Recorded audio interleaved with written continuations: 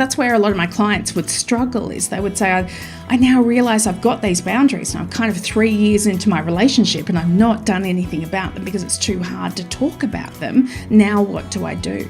So sometimes we learn boundaries by simply having them walked all over.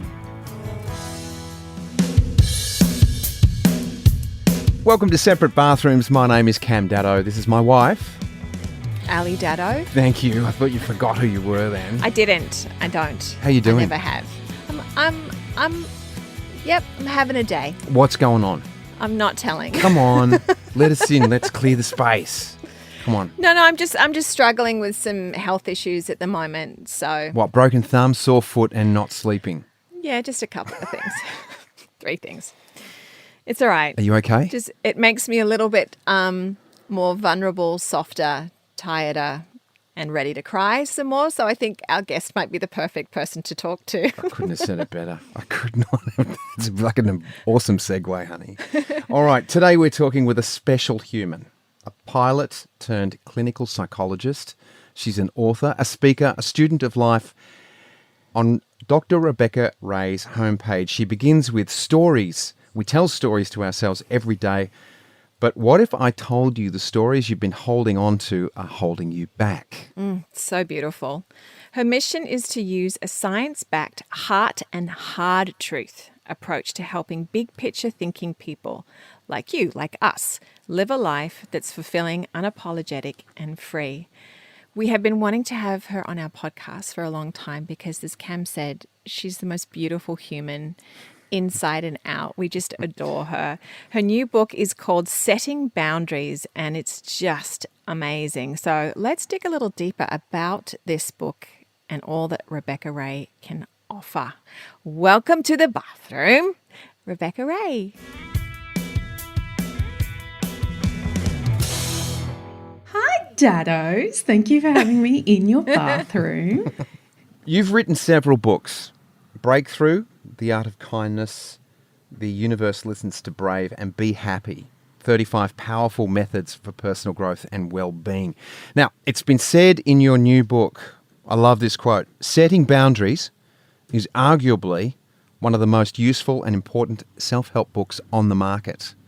While the focus of self-improvement is often on how to recognize one's own feelings, or failings rather, Dr. Ray has flipped the argument to focus on how we liaise with the negative external influences on our life. It's a lesson in empathy and communication as much as it's a lesson in being assertive. Rebecca, why did you feel the need to write this book? One of the topics that I've never been able to shift from in psychology, never wanted to shift from, but something that just continually came up, I'm not sure I ever saw a client where it wasn't an issue, was worthiness. And when you sit with someone in the privileged and private space of a therapy room, ultimately, honestly, the conversation we will end up having at some point is, how does this affect your relationship with yourself? How does this affect how you see yourself? And as far as I'm concerned, boundaries are the language of self-worth. And so it's actually hard to write a book about worthiness. You can't really, there's only so many ways you can say, okay, so you don't feel good enough and now you need to feel good enough in order to be able to navigate the world in some kind of consistent and enduring way from a sense of groundedness. So instead, I wanted to put a language to that people could use, and that is the language of boundaries as far as I'm concerned. So I really wanted to speak to this lifelong struggle that we have as human beings to feel okay in our own skin, but then give people tools to be able to do exactly that. And the tools are know your boundaries and know how to actually set them. I mean, I just make it sound rudimentary right then, but there's a whole book. It's not that simple. Yeah, the book is incredible because it's part workbook, it's self-help book, it's insightful, and you attack it. It's like you attack it from all different angles, which I love. So, and you give examples of stories of people who are working on their boundaries, questions that people have, stories that people have. You've got in chapter 7, which is called Rewriting the Script, you quote the behavioral scientist Steve Maraboli. If you're offended by my boundaries, then you're probably one of the reasons I need them. Yeah. A lot of people get offended when people draw a boundary. Why is that? They do. Because I think they misinterpret it. And I think that's also the reason why people who struggle to set boundaries also feel uncomfortable in the practice of setting them or communicating them as well. It's because boundaries get a bad rap. And so they get a bad rap as being unkind or selfish. But if you're receiving them, they also can get a bad rap as you're being rejected, or you're being told that you're wrong, or I'm somehow telling you that I'm not happy with your behaviour, rather than being able to be interpreted as the kindest thing I can offer you in our relationship. I honestly believe boundaries are a gift, because in our relationships, we are not mind readers. And it doesn't matter whether that be a partner relationship, or whether it be a co-worker, or whether it be a family member.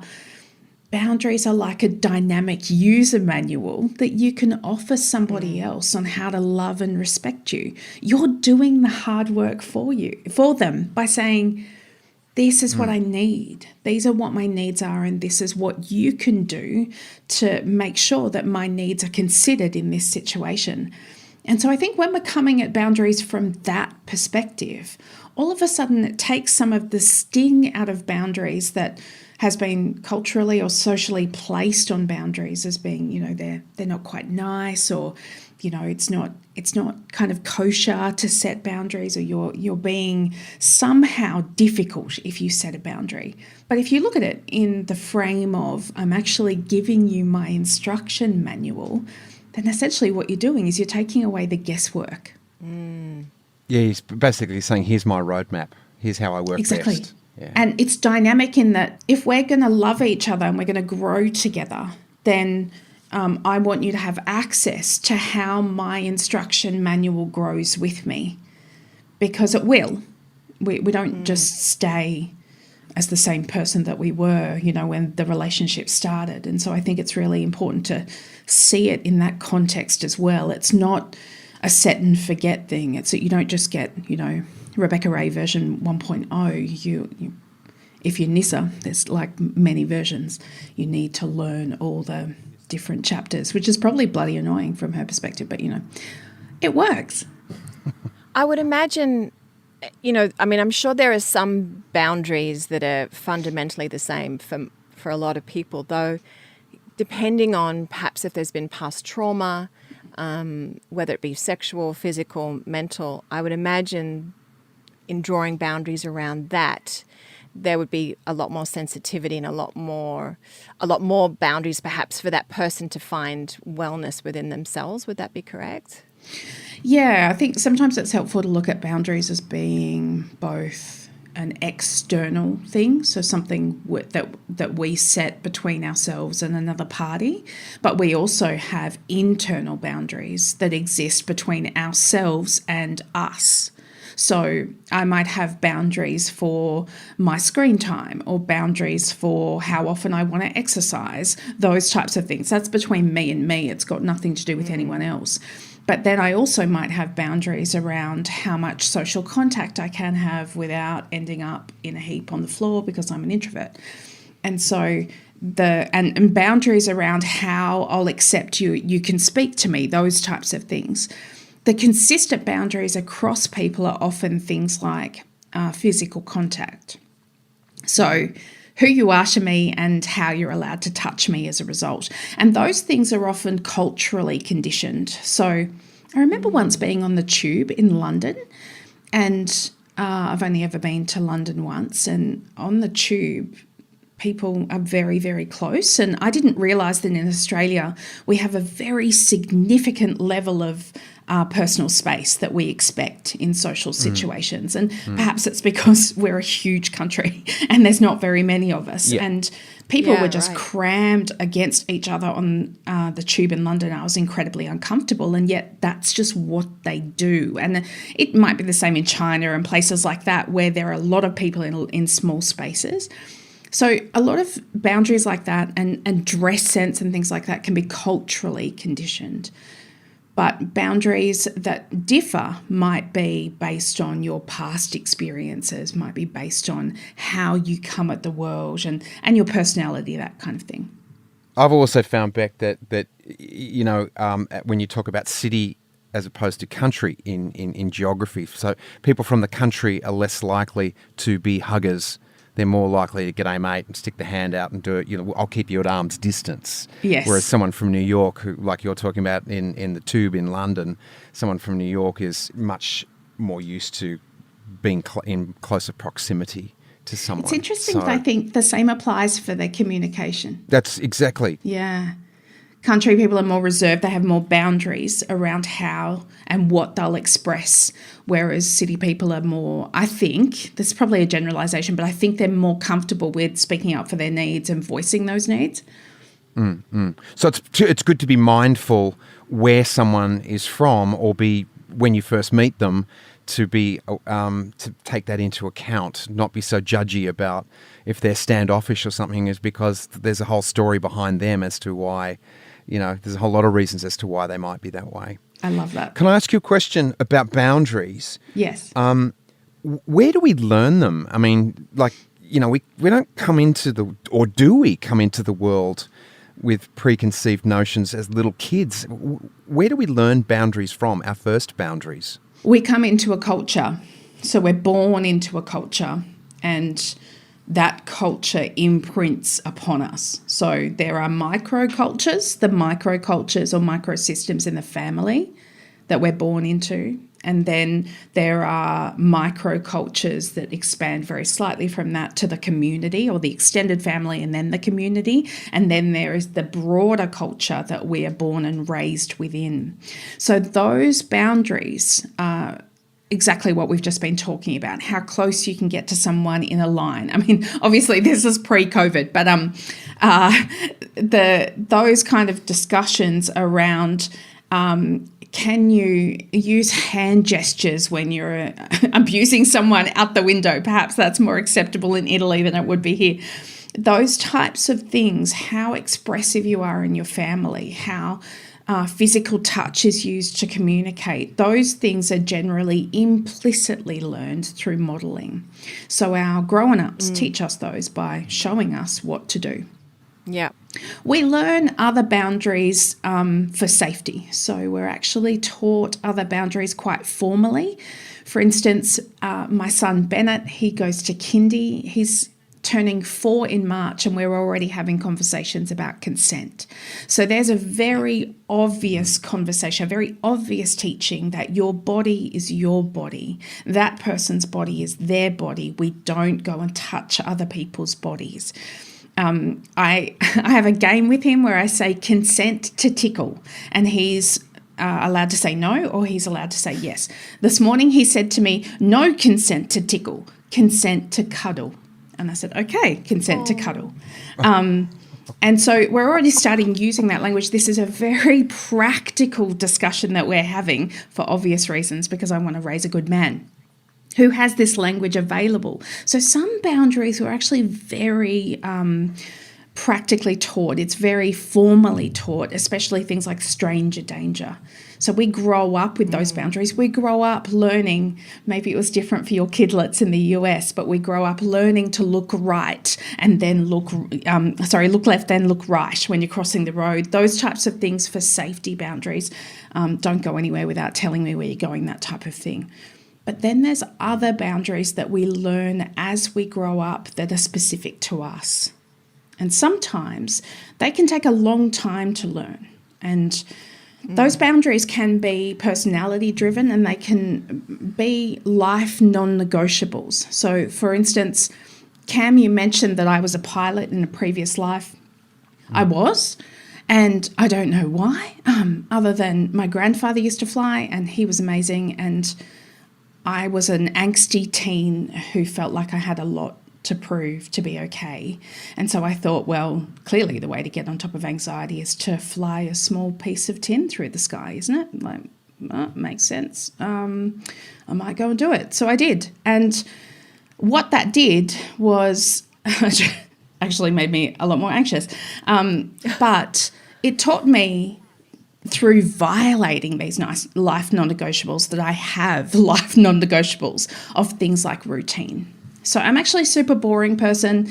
I like to do the same thing each day from the same desk. I have an incredibly rich internal world that needs management through space and quiet and knowing where and what I'm going to do each day. And what I do, the content of what I do changes, but how I do it doesn't change. Now, when you fly, everything changes. Oh my God. Traffic changes, air directives from air traffic control changes, the weather changes, the fuel changes, the flight plan changes. I could almost give myself a panic attack just thinking about it. It's not okay to do that when you're made like I am and when you've got a tendency to very much lean towards writing an essay and not doing the visuospatial skills required to make sure that you don't smack into a mountain. Now, not that I crashed at any point. I didn't fail a flight test, and yet I failed myself in a lot of ways. Actually, ignored my own intuition, the eventually very loud knocks that this was not okay in terms of my own internal boundaries. So sometimes we learn boundaries based on having those boundaries crossed. We can either cross them ourselves or other people cross them. Now, those crossings that happen by other people can be both blatant and subtle. Blatant is I went on a Tinder date and he kissed me without requesting permission. You know, I wasn't ready for it. And then all of a sudden we were there and it felt very uncomfortable. A subtle crossing of boundary might be you were half an hour late for lunch, and even though you've had excuses and they all seemed very valid, you've done this 3 times before.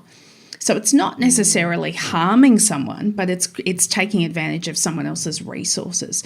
And we learn the gravity of each of those boundary crossings based on them actually occurring. Sometimes you don't know.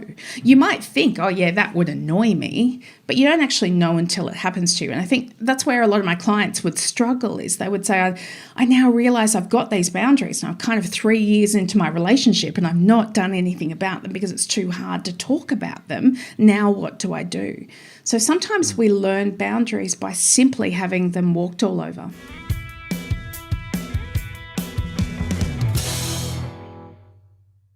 That's really interesting because it's often, I feel like, other people outside of perhaps the relationship can see the boundaries getting crossed rather than the person in the relationship. So coming to terms with, okay, boundaries are getting crossed. What's the language that we say, you know, we're talking, say, in a partnership, how do we then bring that up in a way to our partner that it's not going to destroy the relationship and they're going to be heard and the boundary's going to actually be enforced?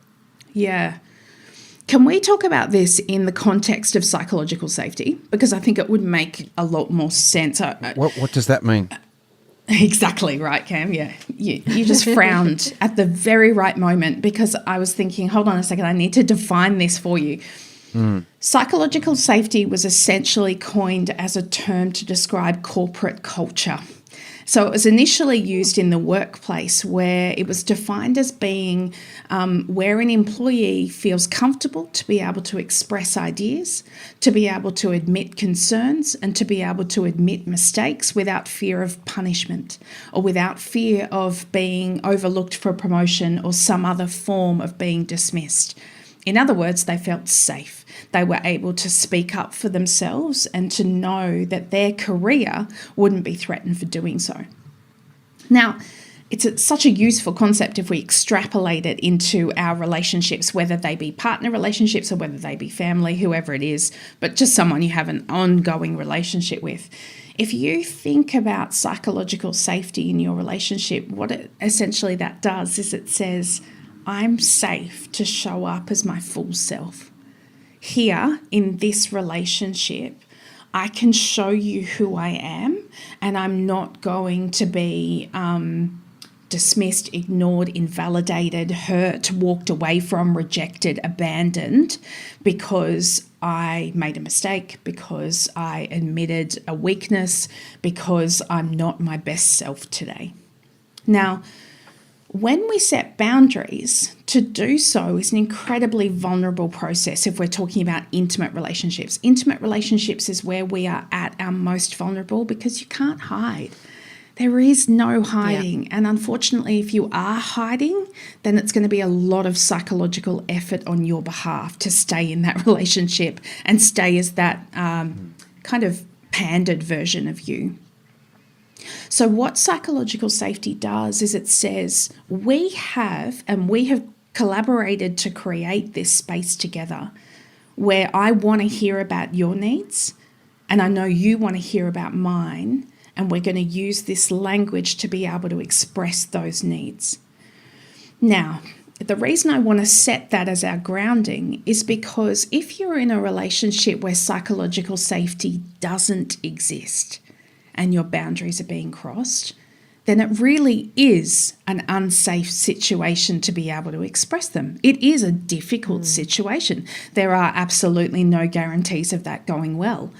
And this happens in the workplace all the time, you know. We're having a collective conversation now about the potential great resignation because people are realising that they're not being treated all that well in the workplace and they don't know whether or not they want to put up with it anymore.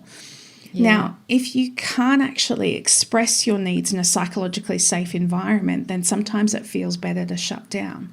But if you do have a psychologically safe relationship, whether it be with that family member, that partner, that friend, then the language. From that place, then we're talking about language that sounds as simple as, I feel, I'm owning this, I'm owning my feelings, I'm owning this particular response to this circumstance. So I feel X because whatever the situation is that's causing, and what I need is.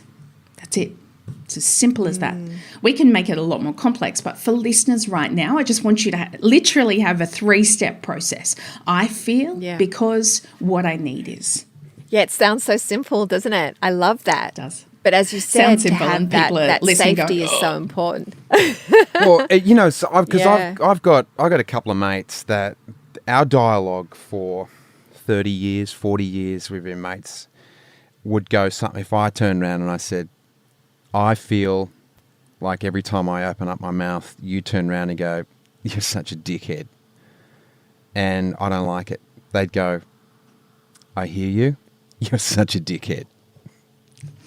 And they just return volley straight back. And I'd be like, oh, why did I say anything?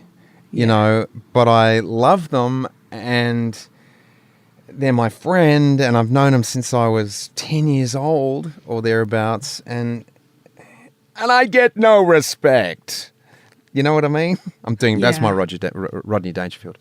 I get no respect. I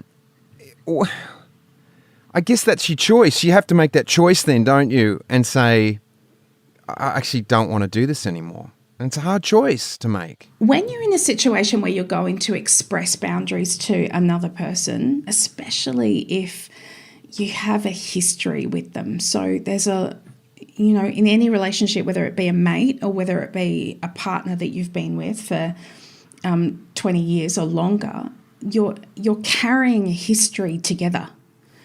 There is a collective history that influences you.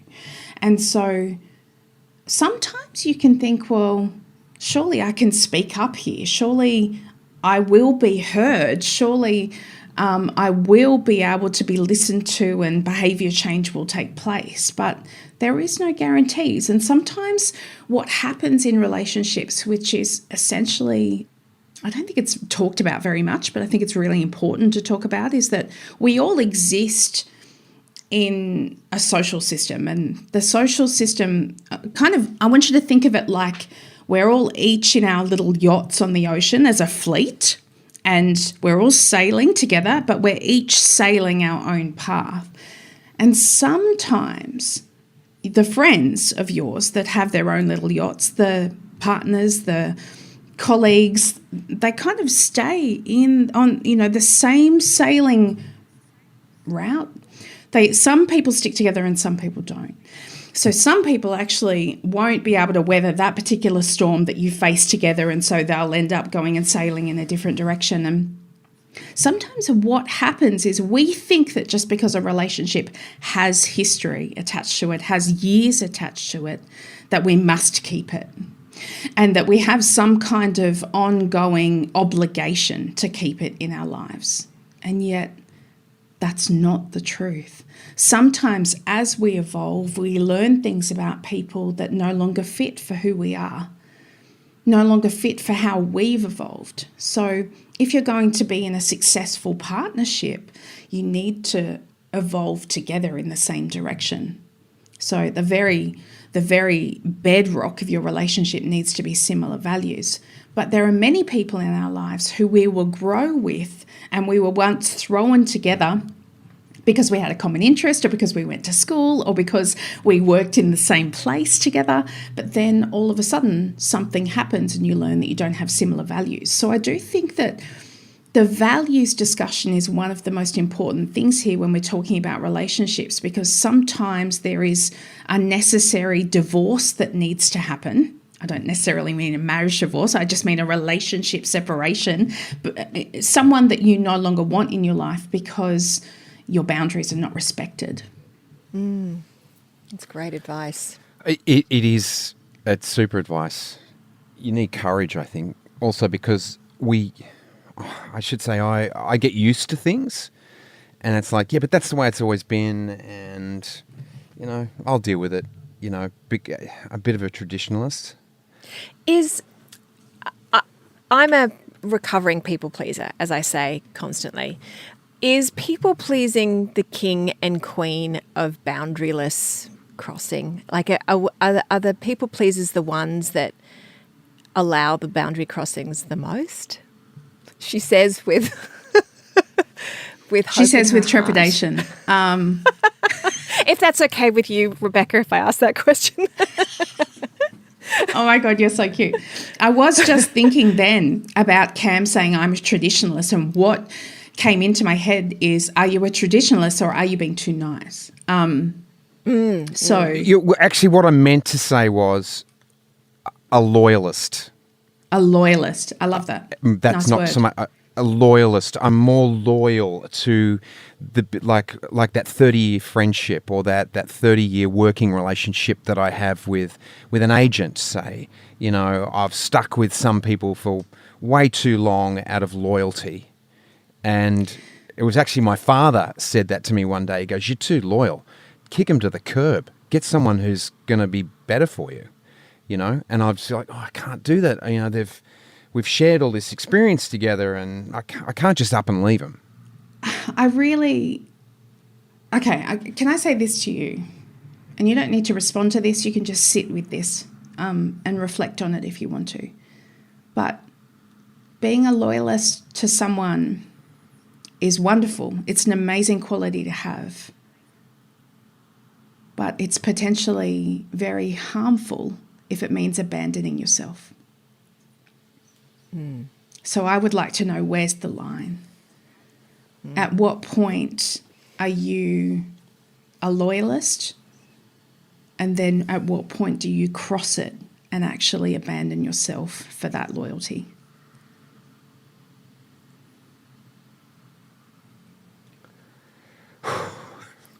You don't need to answer.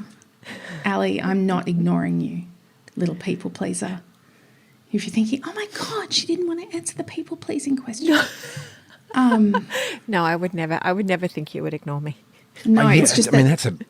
I feel like it almost ties in. Cam. Yeah. It does. Yeah, I see how it ties in. I just didn't want to ignore that because Cam stopped and froze, and there was an emotion there that I didn't want to leave. Yeah. Yeah, I mean, there's been a lot of pain, especially whilst we were living in America. I feel like that around the work stuff, staying with a particular person who was representing me, and probably in retrospect, I go, I should have left them 10 years ago. And then as a result, I can only speculate as to what I missed as a result of not moving on. And there's a lot of pain in that because we've, in our life, had to experience certain things and gone without certain things and seen things unfulfilled, maybe. But I speculate, so I don't really know. But I think the truth of it is, when you said that, I know in my heart that I have stayed with certain relationships out of loyalty, But not to yourself. not loyalty to myself. Yeah. Correct. Yeah. And that does hurt. So maybe it's about now looking at the places where your loyalty is offered to others and just checking in with whether or not that loyalty asks you to abandon parts of yourself and whether you're okay with that. Because I think it's an ongoing process, and it sounds like that process for you also triggers a grief process that needs to be addressed. There is held grief for what could have been that you'll never know. This is the whole speculation, what could have been. And the grief around that is also what you're doing to yourself internally because you didn't make a certain decision. Now that level of self-flagellation will only push you deeper into shame. So just be really careful with that, okay? Because I think that creates... Okay, can we talk about guilt for a minute? There's guilt and shame. Right now, when you're talking about that, the depth is shame. When we just lift up a level, a more... It's not superficial, but a higher level emotion is guilt. Sometimes there's necessary guilt. So I've missed the podcast that we were going to record and I forgot. Necessary. I'm so sorry I wasted your time. I have something to atone for here. Then there's necessary guilt. I was doing the best with the knowledge and awareness that I had at the time, and yet 10 years later I am going to beat the living daylights out of myself internally because of what didn't happen as a result of my choice back then. And so there's the processing around that is something that is incredibly difficult but so necessary, and that's self-forgiveness. It's between you and you. I have an acting mentor, a guy called Larry Moss, who is a fabulous American acting teacher, and he had a beautiful saying into the mirror. It's like, I love you, I forgive you, I love you. That's what he would say. He said he does that to the mirror, and he said, I do it every day. And it's something along the lines of that. I don't think I've got it exactly right. I think there's 4 lines to it, but I took from it, I love you. I love you. I'm sorry. I forgive you. I love you. Such a beautiful mantra.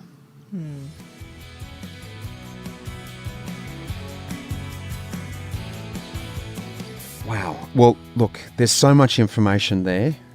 We're going to leave it for today, and we're going to come back next week with more Dr. Rebecca Ray. Great.